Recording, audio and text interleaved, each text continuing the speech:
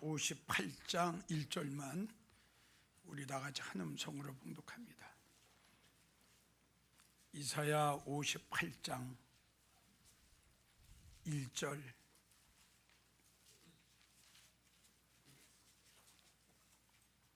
시작. 크게 외치라. 아끼지 말라. 내 목소리를 나팔같이 날려 내 백성에게 그 허물을, 야곱 집에 그 죄를 구하라. 다시 한번요. 시작.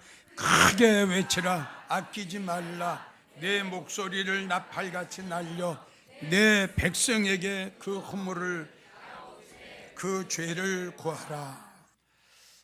나에게 가장 중요한 것이 무엇인가? 나에게 믿음 생활하고 있는 성도들에게 가장 중요한 것이 무엇인가? 이 물음에 나는 정확하게 나에게 지금 가장 중요한 것은 무엇입니다라고 대답할 줄 아는 성도가 되어야 된다고 나는 생각합니다. 물론 성도들의 믿음에 따라서, 환경에 따라서 다 틀리죠. 잘 들으세요. 나에게 가장 중요한 것이 뭐냐라고 묻는다면 그 성도의 믿음에 따라서, 그 성도의 환경에 따라서, 그 성도의 생활에 따라서 대답하는 것이 다 난 다르다고 생각합니다. 한마디로 말해서 영적으로 성장한 성도가 대답하는 것과 영적으로 성장하지 못한 성도가 대답하는 것과는 차이가 굉장히 많겠죠. 분명히 이걸 알아야 됩니다. 나에게 중요한 것이 무엇인가? 자, 양에게 가장 중요한 문제는 뭘까요? 목이 말릴 때에 물을 먹여주고,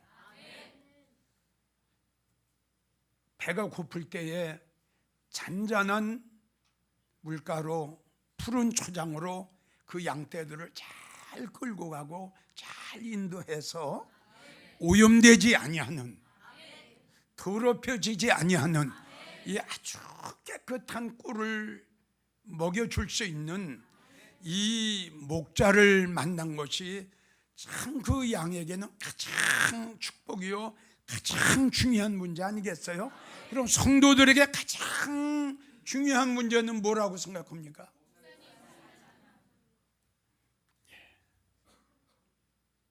성도들에게 가장 중요한 거, 가장 소중한 거, 정말 중요한 것은 내가 어떠한 목사를 만났느냐, 이것이 가장 중요하다고 그랬죠. 전에도 여러분들에게 말씀을 드렸어요. 어떠한 목사를 만나느냐에 따라서 내가 영적으로 살 수도 있고 영적으로 죽을 수도 있고, 어떤 목사를 만나느냐에 따라서 내가 믿음 안에서 성공할 수도 있고 믿음 안에서 다 실패할 수도 있다. 이게 얼마나 중요한 문제입니까? 내가 누구를 만나느냐, 어떤 목사를 만나느냐. 자, 성도들에게 가장 중요한 것이 뭐냐? 제일 첫 번째, 아닌 거는 아니라고. 할렐루야. 아닌 거는 아니라고 바로 가르치고 책망할 줄 아는 이러한 목사가 성도들에게는 아주 중요합니다. 아닌 것을 기라고 하는 목사를 만나면 그 성도 어떻게 되겠어요? 진리를 가지고 비진리를 가지고 진리라고 이야기를 한다면 그 성도를 어떻게 되겠어요? 우리 한번 깊이 한번 생각해 보세요. 그런데 다시 강조하지만 참 아닌 걸 가지고도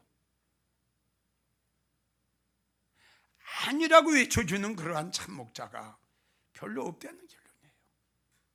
그래서 성도들에게 아주 중요한 것은 뭐냐 그러면 책망할 줄 아는 목사, 아닌 거는 아니라고 누구 앞에서든지 이야기할 수 있는 목사.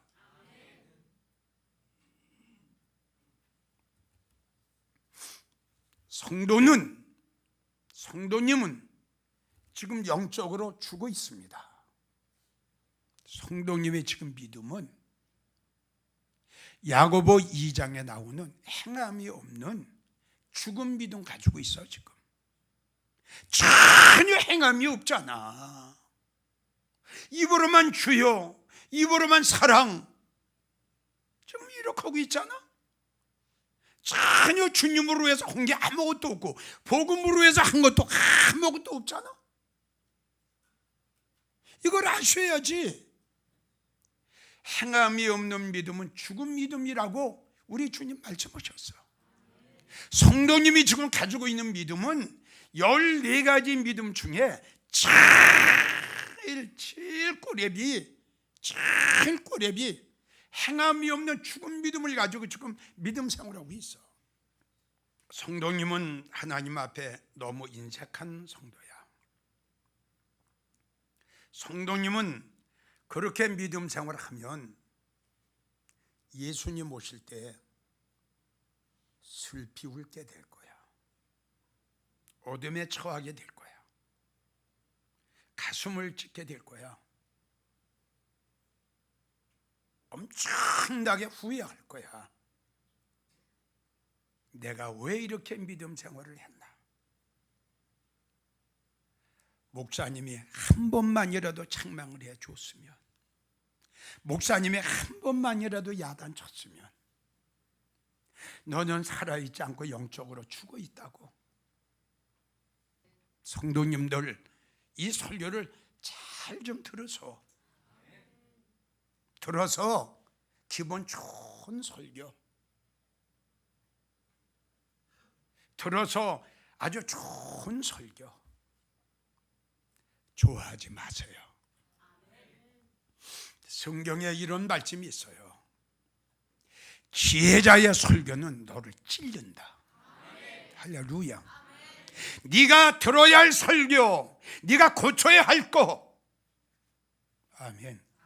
네가 버려야 할 거, 네가 떠나야 할 거, 네가 해야 될 거, 네가 회개해야 될 거. 참 목자는 이렇게 책망의 설교를 한단다. 하나님이 에스겔 선지자에게 두루마리를 주셨지. 뭐라고 그러셨어? 뭐라고 그러셨어? 전해라. 타락되어 가는 이 백성들에게 전해라. 하나님의 심판이 가까웠다고. 아이고, 하나님 나 안 가렵니다. 왜 안 가냐? 안 들어요. 안 들어. 그렇게 애원을 했는데도 하나님 안 들어요. 에스겔아, 듣든지, 아멘, 안 듣든지 상관하지 마. 네가 해야 할 일은 가서 나팔만 불어. 이렇게 해줘야 돼. 목사. 듣든지 안 듣든지 외쳐줘야 돼.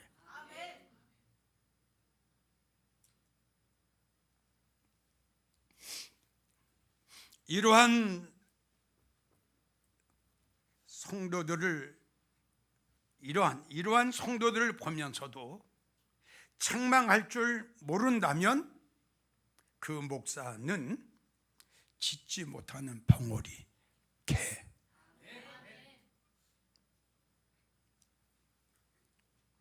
내가 지금 짖지 못하는 벙어리 개라 그러면 여러분들 불행해져. 왜 불행해져? 우리 주님은 도적까지 오신다고 그랬어. 깨어있는 종은 새벽인지 낮인지 밤인지 저녁인지 알 수가 있어. 믿어져요? 그러니까 지금 이렇게 성령이 소멸됐는데도, 은혜를 쏟았는데도, 싹군 목자한테, 거짓 목자한테 끌려갔는데도, 미혹을 당하고 유괴를 당하면서도, 죽었는데도 살아있는 걸로 이걸 보면서도 외쳐주지 않고 책망하지 아니하는 목사는 벙어리 개다 이겁니다. 그래서 이사야 56장을 보면 그 파수꾼들은 소경이요. 소경이요. 영적 소경이에요. 시대를 몰라요.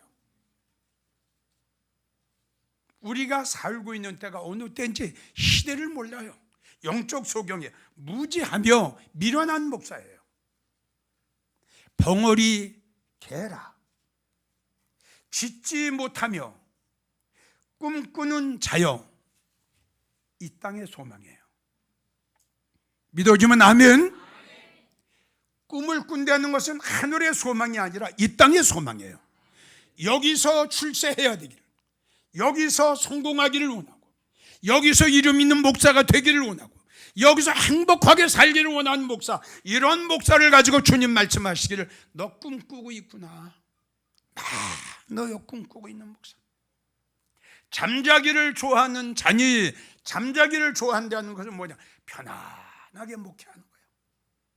말씀 보기도 싫어해요. 기도하기도 싫어해요.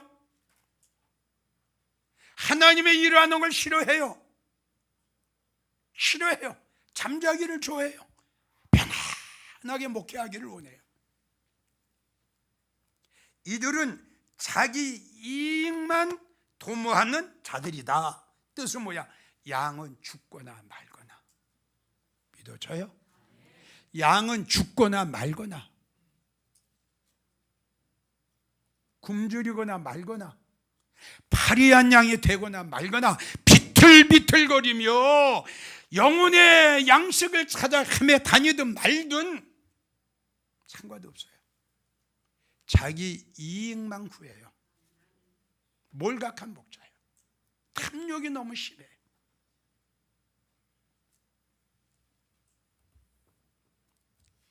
이러한 목사가 있는가 하면, 심지어 어떤 목사는 예레미야 6장 13절로 보면 평강이 없는데도 평강하다, 평강하다.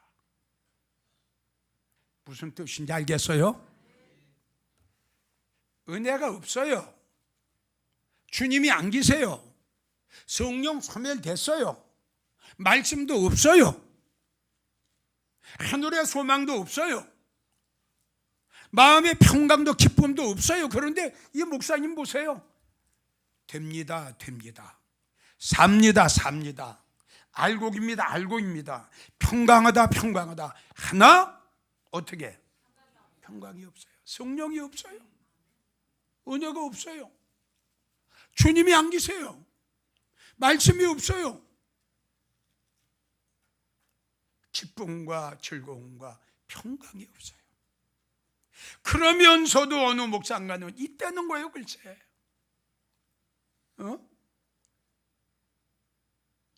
방금 전에 내가 이야기를 했죠. 죽을 사람 보게 되면 죽는다고 이야기를 해줘야지. 자, 죽을 사람 가지고 산다 이거예요. 에스겔 13장 1절을 보면 선지자들은 황무지에 있는 여우 같으다. 그러니까 평강이 없는데도 평강이 있다. 바람 잡는 목사, 여우 같은 목사. 여우 같은 목사는 지금 이야기한 대로 사람 비유 맞추는 거예요. 이거 영적 사기꾼이야. 자, 이런 영적 사기꾼 만나면 어떻게 되겠어, 성도가? 잠언 6장 23절, 훈계와 책망은 성도의 생명이다. 생명이야. 이 설교를 받을 때에 생명이 되고, 이 설교를 아멘으로 받을 때에 사는 역사가 일어나지. 아멘. 아멘으로 받을 때에 훈계와 책망은 그 성도의 생명이라고 그랬어. 이걸 아멘으로 받아야 그 성도가 사는 거야. 생명이야, 생명. 책망은 생명이라고 그래. 생명.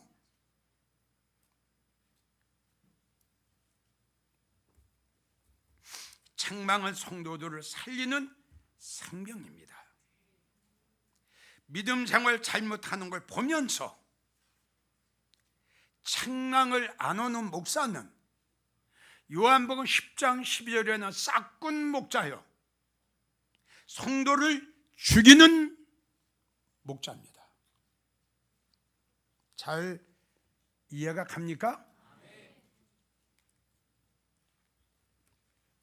이사야 58장 1절 오늘 본문의 말씀, 하나님 말씀 오셨어요.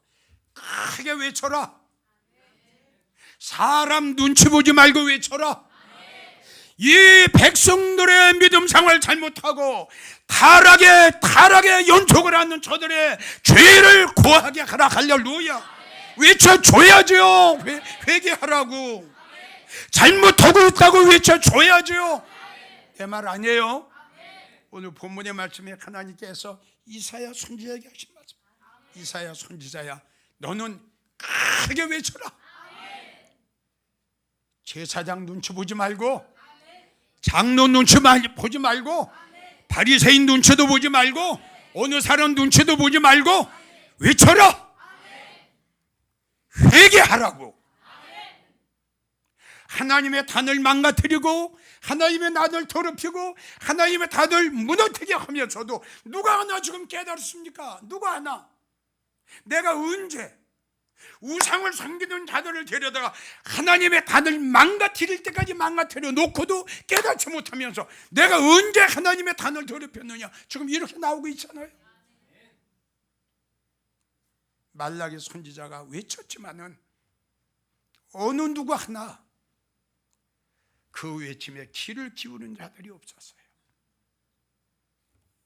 참 이러한 엘리야와 같은, 말라기 선지자 같은, 이사야 선지자 같은 이러한 주의 종들이 우리 성도들에게는 중요해요.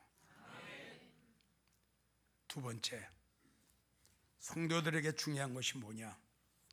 성도들의 영혼을 위해 가슴 아파해서 밤마다 울고 있는 목자. 내 영혼을 위해서. 아멘. 내 영혼 때문에, 나 구원 때문에, 예수님 오실 때 버림받지 않을까? 저거 환난 속에 들어가지 않을까? 마태복음 7장에 나오는 것처럼 주여 주여 난 너를 도무지 몰라, 이러한 성도가 되지 않을까? 이걸 염려를 해가지고 가슴 아파해서 울어. 이런 목사가 나에겐 필요해. 나에겐 중요한 거야. 뭐가 중요해? 나의 영혼을 위해서, 나의 구원에, 나의 문제를 위해서, 나의 장래를 위해서. 혹시 예수님 오실 때 버림받지 않을까? 어둠에 처해서 이를 갈고 몸부림치고 후회하지 않을까? 저렇게 믿음 생활하면 틀림없이 후회할 텐데, 저렇게 신앙생활을 하다가 가슴을 찢으며 정말 후회할 텐데, 후회해서도 될 일이면 얼마나 좋겠어.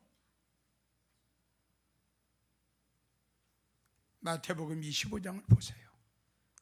버림받은 다섯 처녀가 주여 주여 내가 왔사오니 문을 열어주소서 했죠. 문이 열렸나요? 안 열렸어요. 기회를 놓쳤단 말입니다. 회개해야 할 기회를 놓쳤고요, 돌아서야 할 기회를 놓쳤고요, 회개해야 할 기회를 놓쳤어요. 결단해야 할 기회를 놓쳤단 말입니다. 예? 문을 두드렸어요.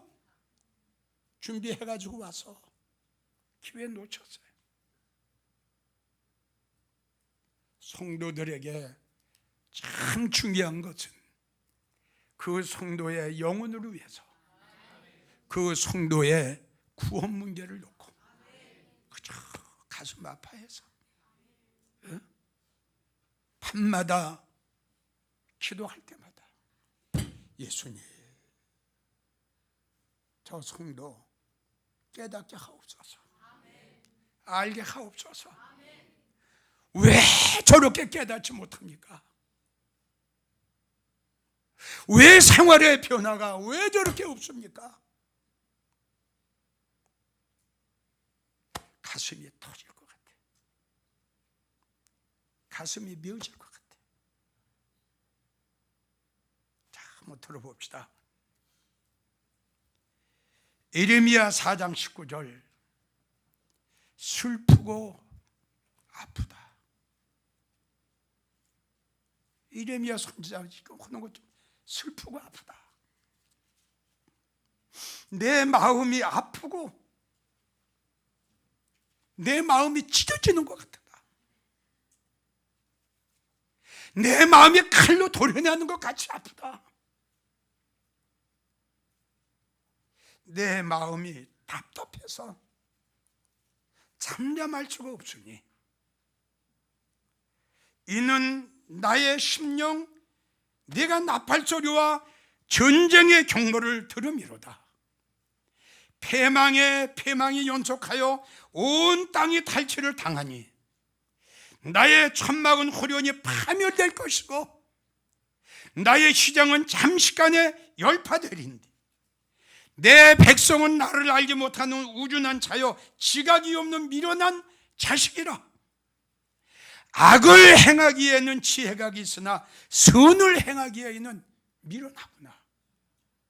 6장 15절을 보면 그들이 가증한 일을 행할 때에 부끄러워했느냐? 무슨 말인지 잘 이해가 갑니까? 그들이 하나님 앞에 거역을 하고 믿음 생활을 엉망으로 했는데 그들이 그걸 아느냐? 그들이 그걸 깨달았느냐? 그들이 그걸 가지고 가슴을 치며 하나님 앞에 엎드려 회개하고 눈물을 뿌렸더냐? 돌이켰느냐? 하나님 앞에 잘못했다고 두 손 들고 회개했더냐? 얼굴도 붉어지지 않았다. 조금 더 깨닫지 못했다. 내 백성이 굵은 배를 동이며 재에 굴며 목자를 잃은 것 같이 슬퍼하며 통곡해라. 멸망시킬 자가 호련히 우리에게 임할 거다. 아멘. 예레미야 선지자가 백성들에게 내 백성아 굵은 배를 동이고 재에 굴며 하나님 앞에 슬퍼하며 통곡해라. 왜? 하나님께서 멸망시킬 시간이 가까웠다.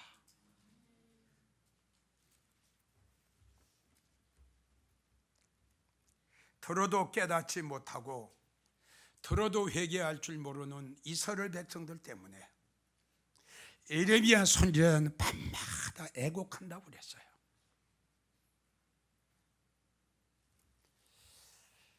전국에서 이 설교를 듣고 계시는 사랑하는 주의 종들, 어떠한 성도라도 하나님의 말씀을 거역하고 믿음 생활을 엉망으로 한다든가 예배 생활을 엉망으로 하면 할 말은 하십시오. 책망하십시오. 쓴소리 하십시오. 사람 눈치 보지 말고요, 장로 눈치 보지 말고요, 성도 눈치 보지 말고요, 하나님의 눈치를 보세요. 예수님의 눈치를 보세요. 사람 중심 보지 말고 예수님 중심, 인간 중심 보지 말고 하나님 중심. 그래야 목사님 목회 성공합니다.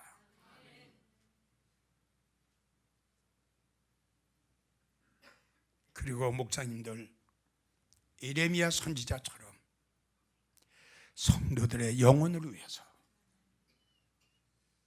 염려하고 걱정하고 성도들의 구원 문제를 놓고 안타까워, 정말 안타까워, 정말 목사님이 천국과 지옥이 믿어지면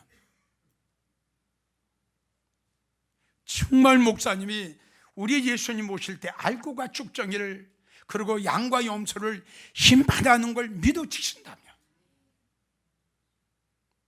마태복음 24장 한 여인은 데려감을 당하고 한 여인은 버림받아 슬피 울었는데, 이 말씀이 우리 목사님이 정말 진정으로 믿어진다면 이제부터라도 우리 목사님들 성도를, 그 영혼을 사랑하는 마음을 가지시고 예레미야 선지자처럼 밤마다 가슴 아파 하나님 앞에 그 영혼을 놓고 기도할 수 있고 간구할 수 있는 우리 목사님들 꼭 되셨으면 좋겠고요. 사랑하는 주의 성도들에게는 무엇보다도